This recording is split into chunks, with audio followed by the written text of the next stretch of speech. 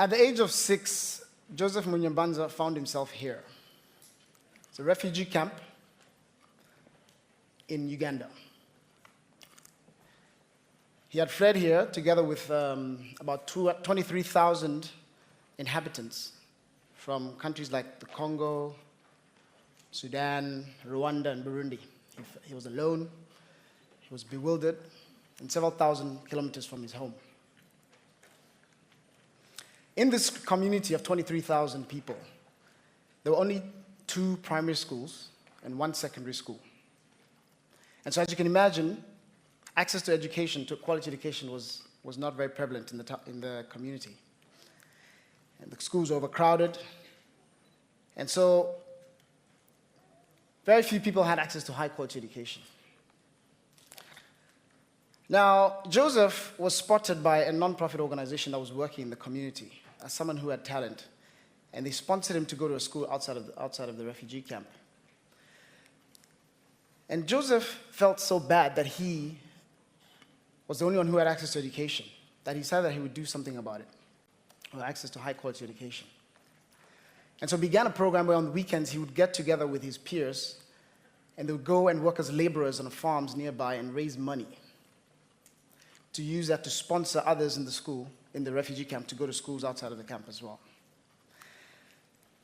And soon, he was sponsoring 10 young people in his community to go to school. He was 14 years old. He kept doing this. Every weekend they'd go work as laborers, raise more money. And soon, by the age of 17, he was sponsoring 52 children in his refugee camp to go to school. Now, at this point, 2008, February 2008, we were selecting the first class to join the African Leadership Academy. So we went around the entire continent looking for young people that we believed could transform Africa. People with courage, determination, and passion to really change the continent forever. But I didn't hear about Joseph in those travels. I actually learned about Joseph when I was speaking at the Harvard Africa Business Forum, something similar to this. And just like what's going to happen after this, there's an after party. So I was hanging out at the after party, and this scrawny white guy comes up to me, and he says, you know, I didn't even pay to be at this conference, but I snuck into this party because I heard you were going to be here. There's this young man in this refugee camp in Uganda that my organization sponsors. He's amazing. And he went on and on, and the way he was talking about this guy, he sounded like a saint. So I said, no, this is not good, it's too good to be true. So I went back to South Africa and looked through the files of all the applicants and read this guy's story. And yes, it was exactly what Eric had said about him. And so we admitted Joseph into the first class of the African Leadership Academy. Now, one of the things that happens at the academy, in addition to educating these young people and training them to be transformative leaders for Africa, is we bring different leaders and speakers onto campus all the time to interact and share their experiences with these young people. One day, a woman came and shared the work that she was doing to help people overcome trauma, people who had been traumatized overcome trauma, and she was using theater as the way to do this. And Joseph said, you know, people in my refugee camp could really use you, and invited her to come and spend a few days with her during his summer holidays at the end of the first year. So she went, saw what he was doing, and fell in love with his project. So Joseph's second year, she helped him to raise about $10,000. And soon Joseph built a school in the refugee camp in his second year at ALA, and began educating 243 orphans. Now this is the school that you can see behind him, and that's Joseph. June 2010, Joseph graduates from the African Leadership Academy. But unfortunately, he wasn't able to get a scholarship to go on to university. He had been admitted but didn't have enough funding to go to university. So he went back to his refugee camp and kept working on his projects, educating more young people, educating these orphans. And one of the organization I started, something called the African Leadership Network. Now, the African Leadership Network is an association of young leaders from across Africa, but who are a little bit more established than the ones at the African Leadership Academy. So in their 30s, 40s, and 20s. And once again, we bring these leaders together so they can forge relationships with each other and actually do things together. So about 70% of the people that we bring are Africans living on the continent, 20% are Africans living in the diaspora, and 10% are non-Africans who are doing interesting things in Africa. Now, Joseph shared his vision for education, what he was doing in the refugee camp. And he had a vision specifically to build a hostel, well, to rent a hostel outside of the refugee camp so that some of the young people from there could get access to high-quality schools outside of the refugee camp. Remember, I said that there was only one secondary school in the refugee camp, and it only went up to 10th grade. So this is what happened when Joseph spoke at the African Leadership Network. In 2012, we plan to take 110 students into high school, and to do this, we need $13,000. I'm sure $13,000, 2 or 3 mentors are in this room today. Young man from Congo. I'm going to commit the $13,000. This will be from a client by the name of Curtis Jackson, who has a huge initiative to work in Africa. And on his behalf, thank you so much for this opportunity to help. Thank you. Now, who here knows who Curtis Jackson is? That's right. Right? 50 Cent.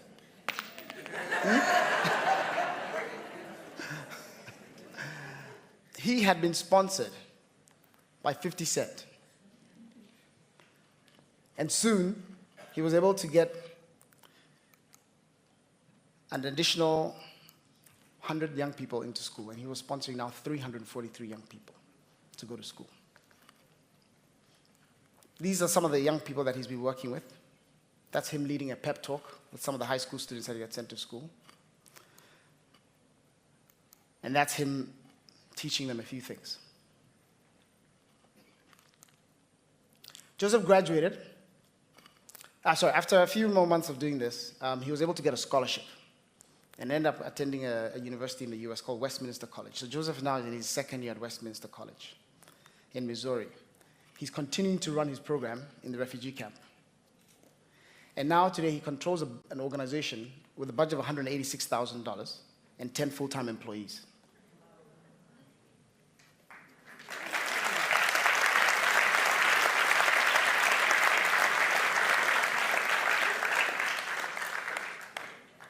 What I especially am excited about is that he's begun sponsoring some people from his refugee camp to some of the universities. So he, at Westminster, where he is right now, there's a freshman there who came from his refugee camp and was one of the participants in his program.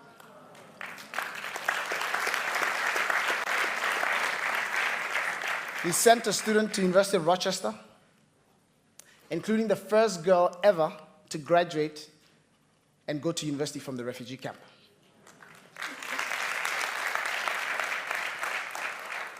And especially dear to me is he sent 2 students who have come to the African Leadership Academy now. These are the 2 students that I took a picture of them earlier on this week, Tessia and Jean-Bat. They also came from his program.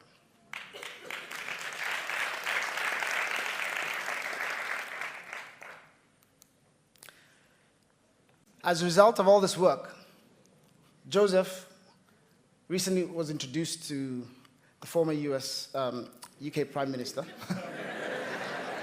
Gordon Brown, and who, as you know, is now the UN Special Envoy on Education. And he has also been invited and serves as one of 15 young people on the UN Secretary General's Special Advisory Council for Youth on Education.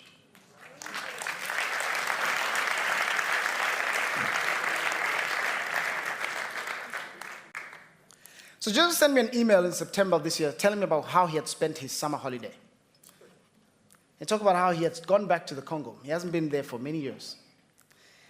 And as a result of connections that he has with Gordon Brown and the UN Secretary General, he's now meeting with the Chief of Staff of the President and the Minister of Education and his entire cabinet. And he's identified that there are 7 million children in the Congo who are out of school. And his objective was to see how he could get 1 million of these young people to go to school. And the first step towards that was he managed to get, at the end of the summer, the Minister of Education of Congo, that expanded the education budget by 20%. And they're now well on their way to his goal of 1 million.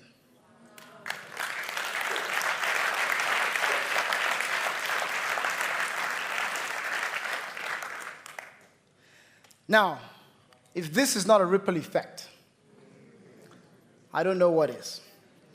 He went from just within the scope of 5 years, from touching 10 people to 52 to 242 to 343 and now 1 million. And he's only 22.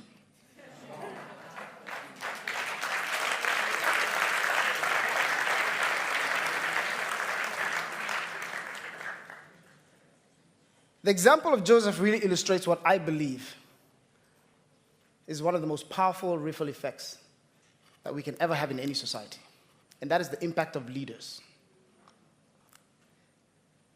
Now, one might think that, okay, of course, leaders make a difference in every society, but I believe that in Africa, more than anywhere else in the world, leaders, just one person, one good leader, can have much more impact in Africa than anywhere else in the world. And here's why. There's something that we call institutions that exist in every society. Institutions are the rules and the systems that govern how a society functions. So these are things like your constitution, the media, the judiciary, the parliament system, all of those things. The rule that I believe is that the stronger the institutions in a given country, the less effect one leader can have in that country. And therefore, by the inverse of that means that the weaker the institutions in a country, the much, much more powerful effect that just one person can have in that society. So when you look at a developed country like the UK, your parliament, Big Ben, you walk past that place, it's been around for 500 years. You look at the US, got very developed systems. So if you become the president of the United States, and you think, oh, I've arrived. I'm the most powerful man in the world. And you decide, okay, I think Americans should get health care. I'm going to pass a law to make this possible. You go to the Senate, they say, no, no, no, you can't do that. You go to the Congress, they say, no, you can't do that. If you decide that you want to become president for life, there's a 300-year-old constitution that will stop that. There's a very powerful police force, and so that will come and take you out of that Oval Office. If you decide you want to print money, and you call Ben Bernanke or Alan Greenspan, the central bank governor, they'll say, are you smoking crack? You come to Africa, the situation is different. If you are the president of Zimbabwe, and you decide that, you know what, I just want to stay in power forever. There's no constitution that's going to stop you. And you just stay on and on and on and on, like the Energizer bunny. If you decide that you want to print money, and you call your central bank governor, the guy will say, okay, yes, sir, how much do you need? And as a result, hyperinflation ensues in that country. And so the lack of these institutions in Africa have meant that our leaders have had tremendous impact on us. Just one person, like Robert Mugabe, can destroy an entire country. And this is why I say that leaders in Africa can have much more impact than anywhere else in the world. They are really the ultimate ripple effect in Africa. And this is why myself and my peers were really inspired to develop the African Leadership Academy. When we realized that this was the single biggest thing that was holding us back from achieving our potential as Africans, was the quality of the leaders that we had. We said, do we just sit back and hope that one day we get good leaders? Or can we create a system, a machine, that can actually find young people and develop them? Hundreds and thousands of young people like Joseph.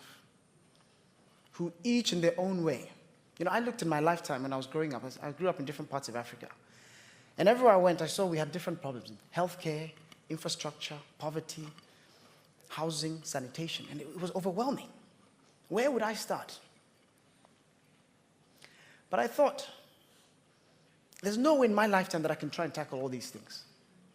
But if I can produce a set of leaders, and those leaders, this one will take infrastructure, that one will take politics, this one will take healthcare, this one will take education, and each and every one of them, in their way, will go out, and they will become the leaders that can really transform Africa. And as I mentioned, just one leader in Africa can have a very, very powerful effect on that society. And that's really what's inspired the African Leadership Academy. Today, we get several thousand applications, and we pick only 100. People say, how can 100 people change Africa? I say that we don't need a lot of people to transform Africa. We just need a few good leaders. So when you walk into the walls of the African Leadership Academy, everywhere there's a quote that I like, that is all over the place. It's my favorite quote. It says, never doubt that a small group of thoughtful, committed citizens can change the world. Indeed, it's the only thing that ever has. I believe in Africa, I would rewrite that statement that says, never doubt that a small group of thoughtful, committed leaders can change Africa. Indeed, it's the only thing that ever will. Thank you.